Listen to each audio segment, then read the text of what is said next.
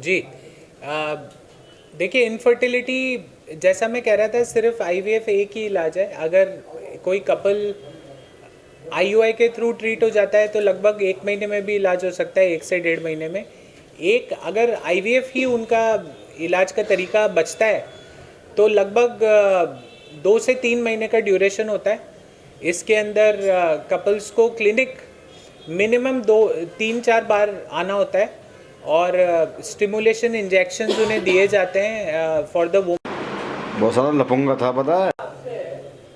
Duration of treatment, cost of treatment complete क्या है 190? जी। देखिए, इनफर्टिलिटी जैसा मैं कह रहा था, सिर्फ आईवीएफ एक ही इलाज है। अगर कोई कपल आईयूआई के थ्रू ट्रीट हो जाता है तो लगभग 1 महीने में भी इलाज हो सकता है, 1 से 1.5 महीने में। एक अगर आईवीएफ ही उनका इलाज का तरीका बचता है तो लगभग 2 से 3 महीने का ड्यूरेशन होता है। इसके अंदर कपल्स को क्लिनिक मिनिमम 2 3 4 बार आना होता है और स्टिमुलेशन इंजेक्शंस उन्हें दिए जाते हैं फॉर द वुमन। 10 से 11 दिन इंजेक्शन दिए जाते हैं। वो ज़रूरी नहीं है उसके लिए क्लिनिक आना हो, तो 3 से 4 बार क्लिनिक आके इलाज प्राप्त किया जा सकता है 2 महीने के अंदर। कॉस्ट की बात आप कर रहे हैं तो देखिए, एवरेज भारत में और खासकर मुंबई में लगभग 2.5 से 3 लाख रुपए का एक आईवीएफ साइकिल होता है। And I am very proud to say, जैसा मैं आपको कह रहा था, हम शायद भारत की सबसे अफोर्डेबल और सबसे ट्रांसपेरेंट पैकेजेस प्रोवाइड करते हैं अपने पेशेंट्स को। सो हमारे यहाँ एक आईवीएफ साइकिल लगभग 1.5 लाख रुपए के अंदर एवरीथिंग इंक्लूडेड हम पेशेंट्स को प्राप्त कर पाते हैं और दे पाते हैं, और हम उन्हें ईएमआई प्लान्स के थ्रू भी सपोर्ट कर पाते हैं। ये हर स्टेट में अलग कॉस्ट आती है या जनरल? जी, हम भारत की, जैसा हम कह रहा था, टॉप 3 ब्रांड्स में से हैं और हमारे प्रेगनेंसी रिजल्ट्स अभी तक इंडस्ट्री लीडिंग है। हम लगभग 70% प्रेगनेंसी रेट दे पाए हैं अपने पेशेंट्स को। इसी कारण हम ग्रो कर रहे हैं बहुत तेज़ी से और हमें पेशेंट्स का सपोर्ट मिल रहा है। अक्रॉस इंडिया हमारा प्राइसिंग मोस्ट स्टेट्स में सेम ही है। सो हम ओवरऑल सेम प्राइस रखते हैं, तो पूरे महाराष्ट्र में हमारा प्राइसिंग सेम ही होगा। ये जानना है आप लोगों से कि आईवीएफ जिसे आप चलाते हैं, पिछले 10 सालों में अगर बात करें, 15 सालों में या 20 सालों में, क्या कुछ चेंजेस आया है इस इंडस्ट्री में, और उस बारे में अगर थोड़ा बता सकते हैं कितना ये लोगों के, क्योंकि ये सब थोड़ा डॉगमा टाइप का, पर इतना लोग सोचते नहीं थे सब चीज़ों के बारे में, तो उस बारे में थोड़ा बताइए। मैं आपको थोड़ा अपने विचार बताता हूँ, फिर मैं डॉक्टर नवीना से रिक्वेस्ट करूँगा, वो भी आपको इसमें दूसरा पर्सपेक्टिव बता पाएंगी। देखिए, पिछले 10 साल में 2 से 3 चीज़ें अगर अपन थोड़ा दूरी से देखें क्या हो रहा है भारत में हुई हैं। पहला तो रिप्रोडक्टिव हेल्थ जिसे बोला जाता है, उसका मापदंड बहुत तेज़ी से गिरा है। सो टोटल फर्टिलिटी रेट गिरा है। ओवरऑल अगर हम 30 से 35 साल के एज ग्रुप को देखते हैं, 35 से 40 साल के एज ग्रुप को देखते हैं, जैसा डॉक्टर नवीना आपको बता रहे थे, पॉपुलेशन बेस में हमारे जो एग काउंट, एग क्वालिटी और स्पर्म काउंट, स्पर्म क्वालिटी 10 साल पहले और अब पाई जाती हैं, उसके अंदर गिरोतरी दिखाई दी है। पहले ये बहुत बड़ा टैबू हुआ करता था सोसाइटी में कि किसी ने आईवीएफ ट्रीटमेंट कराया है तो वो बिल्कुल ही जाके छुप के इलाज कराएगा, किसी को बताएगा नहीं। आई थिंक अब थोड़ा सा हम 10 साल में, हालांकि अवेयरनेस की अभी भी कमी है और इतना बड़ा देश है भारत, हम बहुत अच्छा कर सकते हैं, बट उन चीज़ों में थोड़ा सा ग्रोथ आई है। लोग अब मेडिकल ट्रीटमेंट की तरफ ज़्यादा मुड़ते हैं, बजाय पहले आप देखेंगे हकीम, मुनीम, रिलीजन का सहारा लिया जाता है और भी कई घरेलू नुस्खे अपनाए जाते हैं, उससे पेशेंट के लिए टाइम लूज़ हो जाता है। दूसरा सबसे बड़ा चेंज आया है साइंस एंड टेक्नोलॉजी में। सो जो प्रेगनेंसी रेट आज से 10 साल पहले आईवीएफ दे पाता था, अब क्योंकि इक्विपमेंट चेंज हो गया है, which is ISO level 5 triple HEPA filtered, और अब एयर पोल्यूशन के कारण हर कोई फिल्टरेशन समझ गया है। तो मैं आपको बात समझा सकता हूँ, हमारा 3 लेयर्स ऑफ फिल्टरेशन होता है एयर जो आती है लैब के अंदर जिसके अंदर एम्ब्रियोज प्रोड्यूस किए जाते हैं, इस सब टेक्नोलॉजी में बहुत बढ़ोतरी आई है एंड इसके कारण प्रेगनेंसी दर जो उसके अंदर भी रिजल्ट्स के अंदर पेशेंट्स के लिए बढ़ोतरी आई है। मैं इसमें एक ही चीज़ बस बताना चाहूँगी, अगर आप इसे दो हिस्सों में विभाजित करें, पहला कि भाई केसेस में क्या बढ़ोतरी आई है और दूसरा कि ट्रीटमेंट में क्या इसमें अंतर आया है पिछले 10 साल में। केसेस जैसे अभिषेक बता रहे थे, हाँ इनकी संख्या बहुत ज़्यादा बढ़ गई। उसके कारण अभी हमने जैसे समझे कि लाइफस्टाइल बहुत चेंज हुआ है, स्ट्रेस फैक्टर है, लोगों के शादी करने की उम्र में हमने देखा है कि अब लेट शादियां हो रही हैं और बहुत सारे कंडीशंस लाइक PCOS, एंडोमेट्रियोसिस और अंडों की संख्या में कमी आना और पुरुषों के केसेस की मात्रा इनफर्टिलिटी की जो संख्या है उसमें भी काफ़ी बढ़ोतरी आई। अगर हम केसेस के बारे में बात करें पिछले 10 साल में, तो जो इनफर्टिलिटी की संख्या थी, जो परसेंटेज था, उसमें बहुत कारणों से बढ़ोतरी। लेकिन अब ट्रीटमेंट की अगर हम बात करें तो ट्रीटमेंट में भी साइंस ने बहुत ज़्यादा इसमें सफलता प्राप्त करी है। पहले जो 10 साल जो ट्रीटमेंट पहले होता था, आज उससे हम कई ज़्यादा साइंस ने इस क्षेत्र में काफ़ी सफलता प्राप्त करी हुई है। पहले हम बेसिक IVF टेक्निक इस्तेमाल करते थे, उसके बाद ICSI आया जो एक बहुत ही मददगार ट्रीटमेंट साबित हुआ उन कपल्स के लिए स्पेशली जिन्हें पुरुष रिलेटेड तकलीफ थी, जिनके शुक्राणु की संख्या बहुत कम थी, क्वालिटी कम थी। फिर हम आगे बढ़े, लेज़र असिस्टेड हैचिंग, ब्लास्टोसिस्ट, ये सब ट्रीटमेंट में एक एक करके हर एक बढ़ोतरी ही पाई जाएगी। आज हम उस लेवल पे साइंस बढ़ गया है जहाँ पे हम AI के बारे में बात कर रहे हैं, जहाँ हम रेडियो फ्रिक्वेंसी टेस्टिंग के बारे में, आइडेंटिफिकेशन के बारे में बात कर रहे हैं, RI के बारे में बात कर रहे हैं। अगर आप साइंस ट्रीटमेंट में भी बात करें तो डेफिनेटली उसमें भी बहुत ज़्यादा बढ़ोतरी आई। लेकिन अब हमें ये ध्यान देखना है कि हम इसका प्रिवेंशन भी करें, ना सिर्फ ट्रीटमेंट की तरफ भागें। तो ये तभी संभव होगा जब हम एकत्र होकर इसकी तरफ ध्यान दें। नॉर्मल जनता के हिसाब से एकदम बेसिक सोच से अगर देखा जाए या सोचा जाए तो एक नॉर्मल जो एज था पहले, जैसे कि 21-20 के साल में लड़की शादी करे, जो 28-29-30 तक हो गया, किस एज में एक लड़की को शादी करना चाहिए, एक लड़के को शादी करना चाहिए और क्या चाहिए? ये क्वेश्चन बहुत ही गलत मैं बोलूँगी, इसको मैं सही तरीके से बोलना चाहूँगी, क्योंकि आप शादी के लिए आप किसी को नहीं बोल सकते, राइट। अगर मैं बोलूँ कि आप अपने रिप्रोडक्टिव हेल्थ के बारे में कब से इस चीज़ को थोड़ा सा सीरियसली लें या इसके बारे में आप सतर्क हो जाएं और इसके बारे में आप जांचें शुरू कर दें, तो हर वो महिला, हर वो पुरुष जो 25 साल से ऊपर है और 35 तक है, आज आप लोग मीडिया से आपने तो पहले ही देखा होगा कि आज एग फ्रीजिंग के बारे में बहुत ज़्यादा चर्चाएं हो रही हैं। बहुत सारे डॉक्टर्स, बहुत सारे सेलिब्रिटीज़ आज सामने आके एग फ्रीजिंग के बारे में बहुत खुल के बात कर रहे हैं। ऐसा नहीं है कि एग फ्रीजिंग पहले नहीं होता, पहले भी होता, लेकिन लोग इसके बारे में बात कम करते हैं। ये इतना एफोर्डेबल ट्रीटमेंट नहीं माना जाता था। पहले लोग सोचते थे कि सिर्फ जो काफ़ी ऊपर दर्जे के लोग हैं यही वो ट्रीटमेंट इसका बेनिफिट उठा सकते हैं, इसका फ़ायदा उठा सकते हैं। लेकिन आज इसकी इतनी ज़्यादा ज़रूरत हो चुकी है। आप पूरे केसेस को देखें तो मैं हर वो महिला जो 25 साल के ऊपर है उनसे ये रिक्वेस्ट करूँगी कि वो अपने रिप्रोडक्टिव हेल्थ की जांच करें। हर पुरुष को अपना एक सीमेन एनालिसिस चेक कर लेना चाहिए। अगर उनकी रिपोर्टों में नॉर्मल चीज़ें रिपोर्ट हो रही हैं तो अपने डॉक्टर से, अपने रिप्रोडक्टिव कंसल्टेंट से अपने खान पीन, अपने लाइफस्टाइल के बारे में चर्चा करें। इसे कैसे आगे आप मेंटेन करें उसके बारे में बात करें। लेकिन मान लीजिए कि रिपोर्ट में कुछ ऐसी जानकारी प्राप्त हुई जो आपके लिए अलर्ट है, जो बहुत चेताने वाली बात है, तब आपको एक सही समय पे ट्रीटमेंट करने का मौका मिलता है।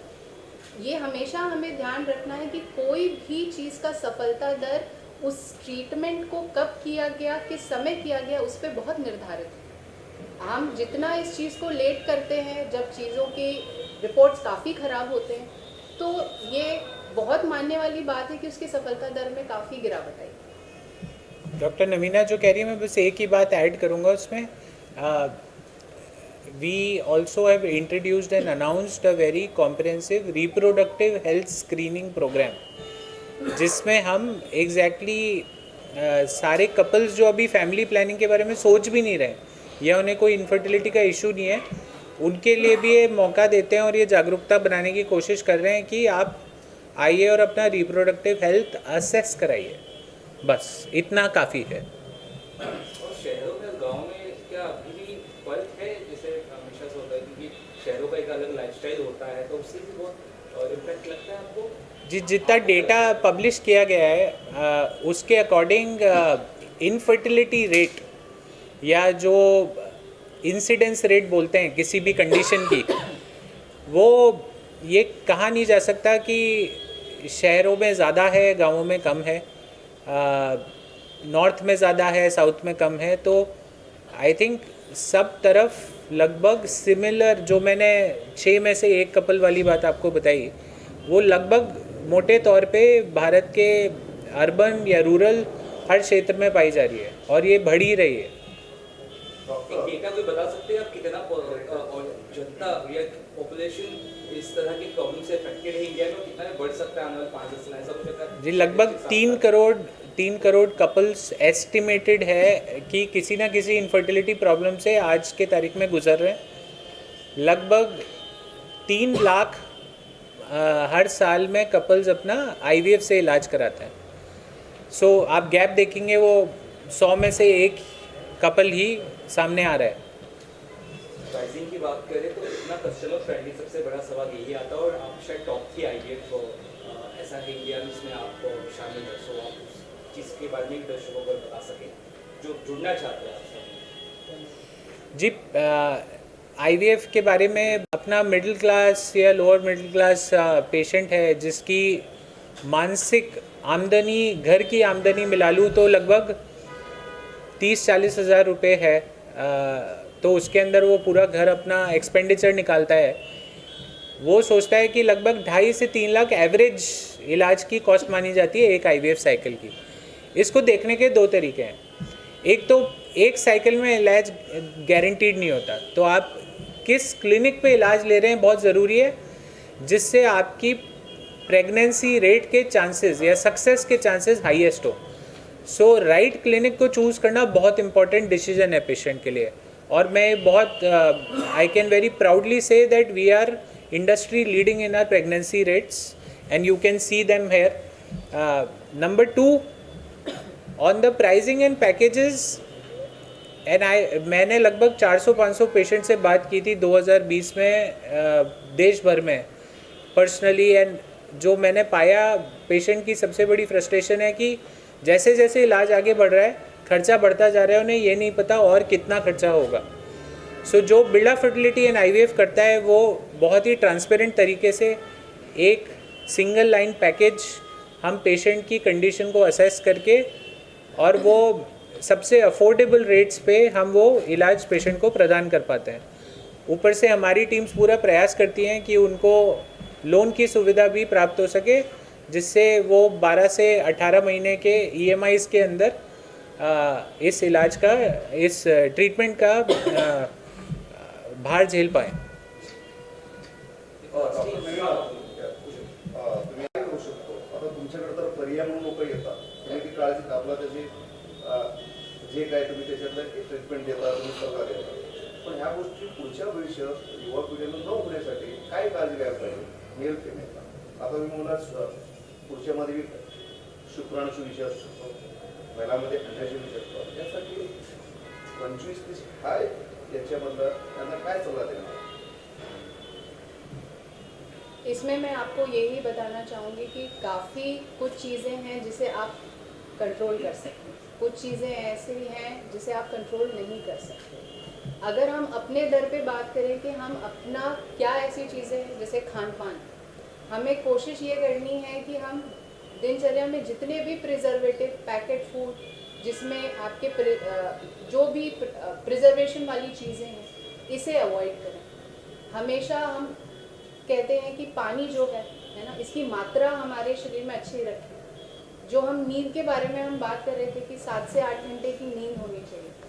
आज कोई ऐसा इंसान नहीं है जिसकी ज़िंदगी में स्ट्रेस नहीं है, बट उसे थोड़ा सा अपने मेडिटेशन, योगा, कुछ व्यायाम आप दिन भर में अगर 30 मिनट का भी व्यायाम करते हैं तो ये भी बहुत ही सफलता के लिए आपके एक कहते हैं कि बहुत एक आगे का स्टेप हो जाता है। दूसरी हमें ये ध्यान रखना है कि आप क्या जो खा रहे हैं, जो आप अल्कोहल, आज की जनरेशन में हमने इसे एक फैशन के रूप में देखा गया है कि भाई हम स्मोकिंग कर रहे हैं, हम अल्कोहल कंजम्पशन कर रहे हैं। इसकी मात्रा या इसे ना करना, पुरुषों में स्मोकिंग की मात्रा ज़्यादा होने की वजह से भी शुक्राणु की संख्या, उनकी क्वालिटी, उनके डीएनए डैमेज में बहुत बढ़ोतरी पाई गई। आज हम लैपटॉप, फ़ोन, डिजिटल की जो चीज़ें हैं जिनमें रेडिएशन का उपयोग होता है, उसकी हम कहते हैं कि आप आदमियों में हम कहते हैं कि आप फ़ोन अपने पॉकेट में ना रखें, ठीक है। हम आज कोई भी कितने लोग हैं हम फ्री हैं तो हम हमेशा स्क्रीन में स्क्रॉल करते रहते हैं। उसकी बजाय आपने फ़ोन को रेडिएशन ही एमिट कर रहे हैं, उसे कुछ मात्रा में आप बाहर रखें, कुछ समय के लिए बाहर रखें, ठीक है। और जैसे लैपटॉप, पुरुषों में हम बहुत ज़्यादा ये काउंसलिंग करते हैं, इसकी जानकारी देते हैं कि जो पुरुष लैपटॉप पे बहुत समय तक काम करते हैं वो टेबल पे रख के लैपटॉप काम करें, और जब उसका प्रयोग ना हो तो उसे स्विच ऑफ करें, उसे बंद करें, ना कि स्लीप मोड में डालें। बिकॉज ये सारे पदार्थ जो हैं, ये सारे जो रेडिएशन इमिट करते हैं, ये कहीं ना कहीं हमारे शरीर को नुकसान करते हैं। खाने पीने में हम शब्द इस्तेमाल करते हैं लाइफस्टाइल, ये खुद ही अपने आप को बताता है कि लाइफ और उसकी स्टाइल पूरी ज़िंदगी। अगर हम ये सोचें कि हम 1 महीना करके छोड़ देंगे और इसका हमारे शरीर पे असर दिखाई देगा, ये बिल्कुल नहीं। तो आज की जनरेशन से मैं 2 ही चीज़ की रिक्वेस्ट करूँगी कि आप जितने भी मॉडर्न हो, जितनी भी तकनीकें आ रही हैं, लेकिन स्वस्थ खाना, फ्रेश खाने की तरफ, 7 से 8 घंटे की नींद, व्यायाम को अपने लाइफ में लाना, और डिजिटल इक्विपमेंट से जितनी थोड़ी लिमिटेड दूरी कर सकें थोड़े समय के लिए, बाहर जाके खेलना। आजकल के बच्चे ज़्यादा करके स्क्रीन घर में ही रहते हैं, थोड़ा बाहर आउटडोर में खेलना, इन सब चीज़ों का रूटीन में इस्तेमाल करें। और सही समय पे, जैसे हमने बात करी थी, चेकअप कराना। चेकअप कराने का ये अर्थ कहीं भी नहीं है कि आपने ट्रीटमेंट करना, इससे सिर्फ आपको एक जानकारी प्राप्त हो रही है आपके हेल्थ के बारे में। ये चीज़ों का आपने ध्यान रखना। लास्ट सवाल आपसे पूछना चाहूँगा, उनके फीमेल स्पेशली ऐसी भी महिलाएं आपके यहाँ पे आती होंगी जिनको कहीं ना कहीं बच्चे के लिए प्रेशर, जैसे फैमिली नॉर्मली होता ही इंडियन फैमिली में, ऐसे भी क्या पेशेंट्स आपके यहाँ पर आते हैं, तो क्या उनका कैसा रहता है साइकोलॉजी, कैसे थोड़ा सा बता सकते? देखिए, भारत में तो ये तकलीफ़ बहुत शुरू से चली आई है। आप सबने ये देखा होगा कि बहुत सारे ऐसे फाइल्स आती हैं हमारे पास जहाँ पे सिर्फ फीमेल की जांचें हुई हैं, मेल की कभी जांच ही नहीं है। तो ये आप मान के चल लें कि उन्होंने ये तो दिमाग में अपने बैठा लिया था कि ये महिला की ही गलती थी, पुरुष की कोई चेकअप ही नहीं किया। ये मैं डॉक्टर की भी मानसिक सोच के बारे में बता रही हूँ। और जब एक फर्टिलिटी डॉक्टर इसे चेक करता है, बिकॉज हमें ये पता है कि प्रेगनेंसी दोनों के 50-50% कंट्रीब्यूशन के हिसाब से होती है। सो जब हम महिला को चेक कर रहे हैं तो हमें एक बार तो पुरुष को चेक करना ही करना है। ये भले ठीक है उनकी रिपोर्ट नॉर्मल आ रही है, बट आप एक बार भी ना चेक करें, ये गलत तरीका है। तो आप जब ऐसे, हमने बहुत केसेस देखे कि जब हमने पुरुष की चेकअप करी और उसमें हमें फिर दिक्कतें पाई। लेकिन आज भी हमारी सोसाइटी, हम कितने भी एडवांस हो गए हैं, किसी भी सोसाइटी स्ट्रेटा को हम बिलोंग करें, ये प्रेशर महिलाओं के ऊपर हमेशा रहा है। मला दुसरा क्वेश्चन आहे, स्ट्रगल करण्यामध्ये काही लोकांची वेळ निघून जातात, पस्ती स्ट्रगल शिकण्यामध्ये, एज्युकेशनमध्ये, नोकरीमध्ये. काही मुलीची संख्या होऊ शकतो 40-42, त्याची विरुद्ध मुलाची संख्या ज्यावेळी त्याने 30 असतो, ज्यावेळी 35 असतो, ह्या पद्धतीने अगर लग्न, अगर विवाह जर झाला, त्यांचे संबंध वयामध्ये जर डिफरन्स जर असेल, त्यांच्यामध्ये हा इश्यू होऊ शकतो का? ये जो इशू है ये शादी को नहीं देख के होता। आपने 25-28 की उम्र में शादी करे या आप 40, डिफरेंस के बाद अगर लेडीज का उम्र अगर 40 प्लस होगा, हाँ, मैं उसी पे हमारा 35 है, मला कळलं तुम्ही काय सांगितलं, मला कळलं। इसमें बस यही है कि औरतों में जैसे उनकी उम्र बढ़ती है उनके अंडों की संख्या में गिरावट आने लगती है। जब हम कहते हैं 30 की उम्र में ये गिरावट में बहुत तेज़ी से बढ़ोतरी होनी शुरू हो जाती है, 35-40 में ये संख्या में भी और इनकी गुणवत्ता में भी बहुत ज़्यादा तेज़ी से गिरावट आई। 40 के बाद एक भारतीय महिला मेनोपॉज की दौर पे शुरू हो जाती है। आप फॉरेन कंट्रीज से कंपेयर करेंगे तो हम भारतीय महिलाएं कम से कम 5 से 7 साल पहले हमारे में मेनोपॉज माहवारी बंद होने की प्रक्रिया शुरू हो जाती है। तो अगर वो उस औरत की उम्र ज़्यादा हो रही है, भले उनके पार्टनर की कोई भी एज हो, उनकी तो उम्र अगर ज़्यादा बढ़ रही है तो उनकी अंडों की संख्या और क्वालिटी में तो गिरावट आनी ही आनी है। तो आपके माध्यम से कुछ हो सकता है इसकी बात? तो मैं यही कह रही हूँ कि अगर कोई भी इसका कारण हो, अगर औरतों को अपनी करियर पे ध्यान देना है या उन्हें कोई पर्सनल रीज़न की वजह से उनके शादी में डिले हो रहा है या उन्हें अभी बच्चे प्लानिंग नहीं करने हैं, सो अपनी रिप्रोडक्टिव हेल्थ की चेकअप कराएं। और आज साइंस इसी चीज़ के लिए, और बिरला फर्टिलिटी ने भी ये बहुत बड़ा इनिशिएटिव लिया है कि एग फ्रीजिंग जैसी आज तकनीक हमारे पास उपलब्ध है, जिससे आप इसका उपयोग करके आपने अगर एक 30 की उम्र में अपने अंडे फ्रीज करा लिए, अब आप किसी भी कारणवश आपने ये निर्णय लिया कि आपको 35 या उसके बाद प्रेगनेंसी के बारे में सोचना है या प्लान करना है, बट आप ये 30 की उम्र के फ्रीज अंडों का इस्तेमाल कर सकते हैं। अब ये सोचने वाली बात है कि जब मैंने 35-36 की उम्र में प्रेगनेंसी प्लानिंग करी, उसके अंडों की गुणवत्ता और 30 की उम्र में जो मैंने अपने अंडे फ्रीज किए थे उनकी गुणवत्ता में कितना अंतर होगा। सो एग फ्रीजिंग के लिए इसीलिए हम आज की बच्चियों को, आज की महिलाओं को इस चीज़ के लिए हम बोल रहे हैं, इस चीज़ के लिए जागरूक करना चाह रहे हैं कि अपनी जांचें कराएं। और अगर उन्हें 1% भी इस चीज़ का डाउट है कि उन्हें अभी अपनी फैमिली प्लानिंग नहीं करनी है या आगे उन्हें पता नहीं कि वो शादी कब करना चाहते हैं या करियर की तरफ ध्यान देना है, तो ये एक एग फ्रीजिंग एक औरत के लिए इतना कहते हैं ना एम्पावरमेंट, उनके लिए एक बहुत बड़ा रिप्रोडक्टिव हेल्थ का एक बहुत बड़ा एम्पावरमेंट चीज़ है। इसका उन्हें बहुत बेनिफिट उठाना चाहिए।